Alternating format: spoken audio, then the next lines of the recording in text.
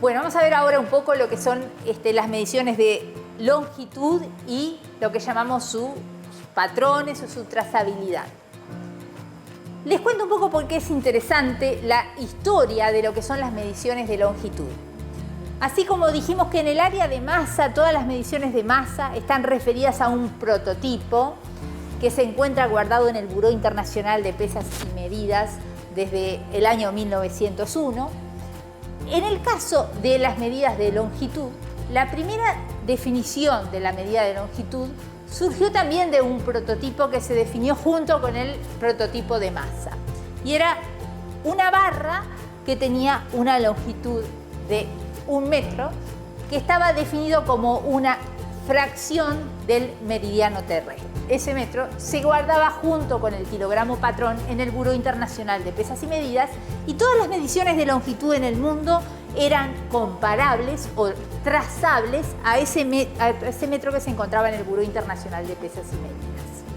Pero luego surgió a nivel internacional la duda de que esos prototipos fueran cambiando con el tiempo.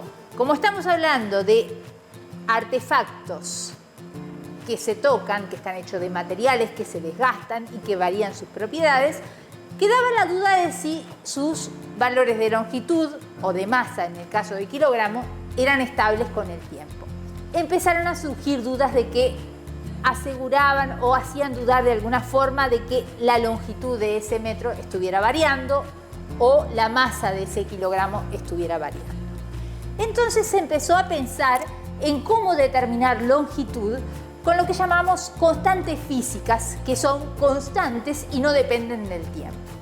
Luego, en 1887, Michelson empezó a hacer determinados experimentos físicos que estaban relacionados con la interferencia de ondas electromagnéticas.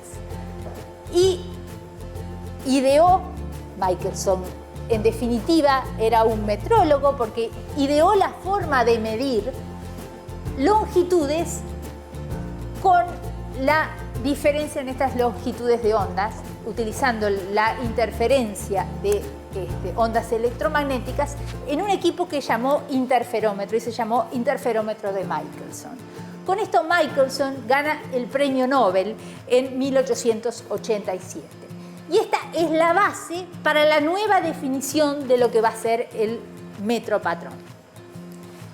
Esto tiene que esperar hasta el año 1960, donde se idea una forma de definir el metro en función de una longitud de onda determinada. El interferómetro de Michelson permitía definir las longitudes por el principio de interferometría entre ondas electromagnéticas. Ahora había que definir qué ondas y qué longitudes de onda íbamos a usar que fueran invariables para lograr esta definición del metro. Eso se logró en 1960, donde se definió el metro asociado a la longitud de onda de la transición entre dos estados de energía del kriptón 86. Eso siguió evolucionando hacia el concepto de que la luz y cualquier onda electromagnética en el vacío se desplaza a la misma velocidad. Entonces, si definimos la velocidad de la luz, podemos definir la distancia como la distancia que recorre la luz en un determinado tiempo, ya que la velocidad está definida y velocidad es distancia sobre tiempo. Si definimos el tiempo, entonces la distancia queda definida. Y esta es la última definición que se tiene del metro, que data de 1983 y que está definido en la distancia que recorre la luz en una determinada fracción de segundo. Entonces, como ven, el proceso que sufrió el metro para ser definido desde un prototipo a una variable que está asociada a una constante física es el proceso que van sufriendo todas las magnitudes. Se está tratando en la actualidad de definir todas las magnitudes en función de lo que se llama constantes físicas. Actualmente se está ideando en la metrología distintos métodos que permiten definir el kilogramo en función de constantes físicas, en lugar de en función de ese prototipo que se encuentra en el Buró Internacional de Pesas y Medidas, ¿no? Entonces, en función de esto, sabemos que hoy día la definición del metro está dada con respecto a la velocidad de la luz. Bueno, ahora vamos a empezar con la medición de longitud. Tenemos aquí un sensor del grupo de 10 del plan Ceibal que está conectado a la computadora, por lo cual podemos tomar la medición de distancia tanto del display como de la computadora. Lo que vamos a hablar ahora es que la metrología también tiene por objetivo determinar cuál es el método que vamos a utilizar para realizar una medición, ¿no? El principio con el cual funciona ese sensor emite una onda que rebota contra algo y es recibida, y en función de eso mide la distancia que recorrió la onda. Conociendo la longitud de onda sabemos qué distancia recorrió la onda y por lo tanto sabemos qué distancia se encuentra lo que estamos midiendo, donde está rebotando la onda, del sensor. Vamos a plantear entonces un problema de medición en este momento, que es cómo vamos a realizar la medición del largo, por ejemplo, de esta caja que tenemos aquí. Vamos a tener que plantear un método para lograr la medición de ese largo, sabiendo el principio de funcionamiento de ese sensor. Entonces, el planteo va a ser el siguiente. Vamos a colocar algo en lo cual rebote la onda de este lado de la caja, y luego vamos a colocar algo en lo cual rebote la onda del otro lado de la caja, haciendo la diferencia entre las dos mediciones. Vamos a tener el largo de la caja, ¿cierto? Bueno, para eso vamos a utilizar una tabla cualquiera que vamos a colocar primero en esta posición. Entonces, para que la medición sea correcta, lo que vamos a tratar es de que toda la superficie tenga contacto con la caja, ¿sí? Que esté bien apretada, y en esta posición vamos a tomar la primera lectura y luego la vamos a trasladar al otro extremo de la caja y vamos a asegurar que esté completamente apretada, y ahí vamos a tomar la segunda lectura. ¿De acuerdo? Ese va a ser nuestro método de medición, y después vamos a verificar que ese método es correcto de alguna forma. Voy a colocar entonces la tabla en el extremo de la caja y voy a ir al sensor y voy a ver cuánto está indicando ese sensor. La lectura esa está en metros, la unidad de lectura es metros, y la lectura es 0,45, está oscilando entre 0,455 y 0,456 metros. Con lo cual voy a anotar este valor, 0,456 metros, en esta posición. Como dijimos, si el sensor está midiendo la distancia entre la posición del sensor y la posición de la tabla, cuando yo mueva la tabla hacia el otro extremo, esa distancia va a tener que aumentar, ¿cierto? Vamos a colocar entonces ahora la tabla en el otro extremo. De vuelta, asegurándonos primero de que yo apreté la tabla contra la caja, pero otro cuidado que tenemos que tener, y es muy importante, de que no movamos la caja de lugar, porque si movemos la caja de lugar estamos haciendo un error en la medición, ¿de acuerdo? La metrología se trata de eso, de evitar los errores en las mediciones con métodos correctos. Entonces, si yo empujé la tabla y moví la caja, acá la medición va a dar errada. Yo aprieto entonces acá para no mover la caja y aprieto ahora la tabla. Y ahora voy a ver la lectura del sensor, que como vemos está en 0,793 metros, oscilando entre 0,793 y 794. Vamos a anotar eso. Por lo tanto, entonces, diríamos que el largo de la caja va a ser la diferencia entre estos dos valores, o sea, 0,793 menos 0,456. Esto nos daría 0,337 metros.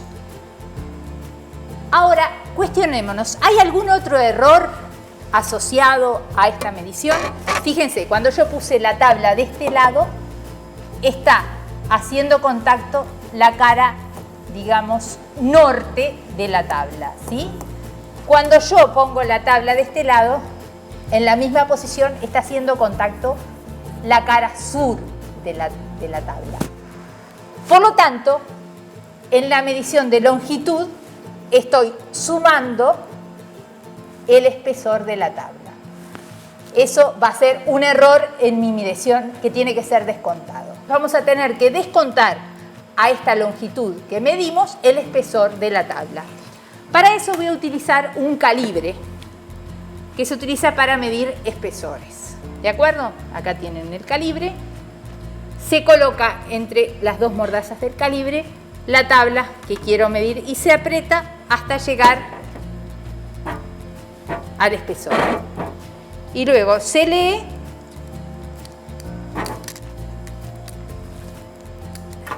el valor que está indicando el calibre. Estamos indicando 3,2 milímetros, 3,20 milímetros. O sea, 0,0032 metros, ¿sí? O sea que a esto hay que restarle 0,0032 metros. Lo cual nos da 0,334 metros, el espesor de la caja. ¿De acuerdo? 33,4 centímetros. ¿Cómo yo sé que este método estuvo correcto, que la medición de ese sensor y el método de medición son correctos? Porque acá hay una asociación de las dos cosas. Está el sensor y el método de medición y vamos a evaluar todo en su conjunto. ¿Cómo yo sé que todo el sensor asociado al método de medición me está dando un resultado correcto? Para eso volvemos al concepto de patrón. Yo tengo que comparar eso con algo que conozco su valor.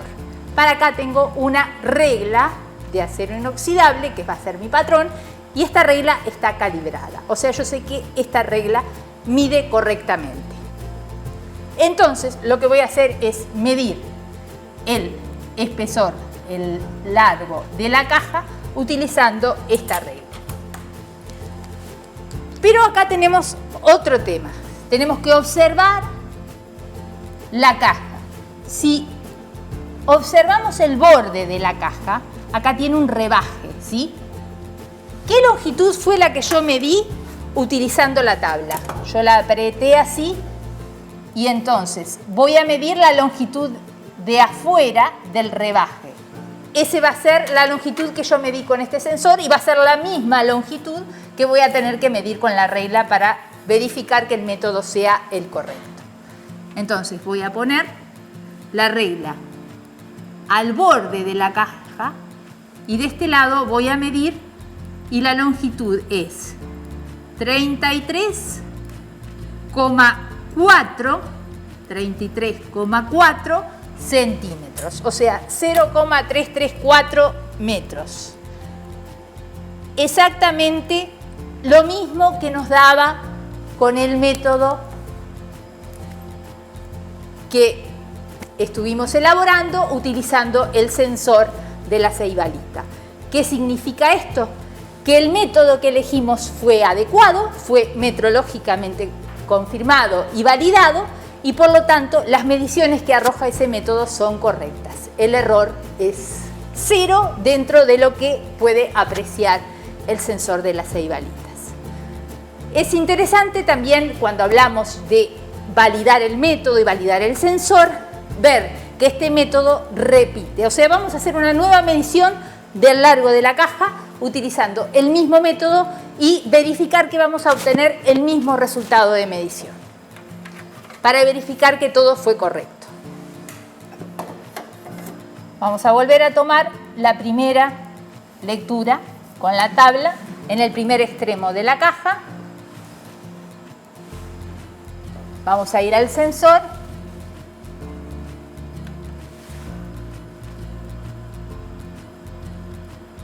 Y ahí está indicando 0,456.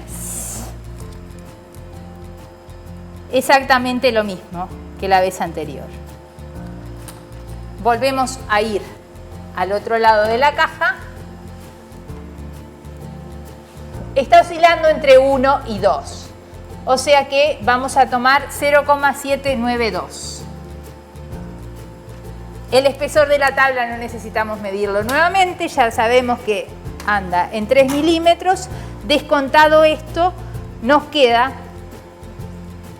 que el espesor de la tabla es 0,333, o sea, 33,3 centímetros. Volvemos a medir con la regla, teniendo en cuenta las mismas condiciones, o sea, medir el borde exterior. Y estamos midiendo 33,4, 0,334 metros. O sea que ahora el error nos da 1 milímetro de menos que la vez anterior. La repetibilidad podemos decir que es buena, 1 milímetro. Podemos reiterar la medición un número mayor de veces para ver evaluar exactamente cuál es la repetibilidad, pero con estas dos mediciones nos da idea de que la repetibilidad del método anda del orden de 1 milímetro, lo cual para el método que utilizamos es bastante bueno. Esto nos dice que las características del sensor y del método en cuanto a repetibilidad son buenas y en cuanto a exactitud también son buenas porque fueron verificadas con un patrón. Podemos verificar lo mismo semana tras semana y nos va a estar dando una idea de la estabilidad del sensor en función del tiempo. Si hacemos una gráfica del largo de la caja por un tiempo de semanas tras semanas, durante, por ejemplo, meses o un año, nos va a dar idea de cuán estable es este sensor de longitud con el tiempo a lo largo de, por ejemplo, un año.